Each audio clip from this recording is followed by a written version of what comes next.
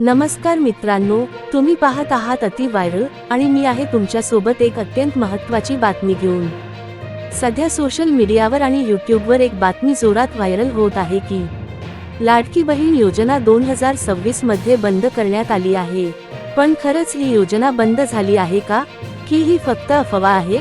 मित्रांनो, लाडकी बहीण योजना पूर्णपणे बंद झालेली नाही, मात्र सरकारकडून काही नवीन नियम आणि अपडेट्स लागू करण्यात आले आहेत।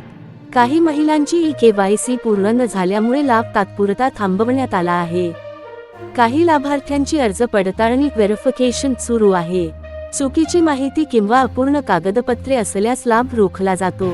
महत्त्वाचं, ज्यांनी अजून KYC केली नसेल त्यांनी त्वरित आधार कार्ड, बँक खाते, मोबाईल नंबर यांची माहिती अपडेट करणे गरजेचे आहे। सरकारकडून अधिकृत आदेश येईपर्यंत लाडकी बहीण योजना बंद झाली असे समजू नका। आम्ही तुम्हाला फक्त खरी आणि अधिकृत माहिती देतो। व्हिडिओ शेवटपर्यंत नक्की पहा आणि अशीच अपडेट मिळवण्यासाठी चॅनलला सबस्क्राईब करा।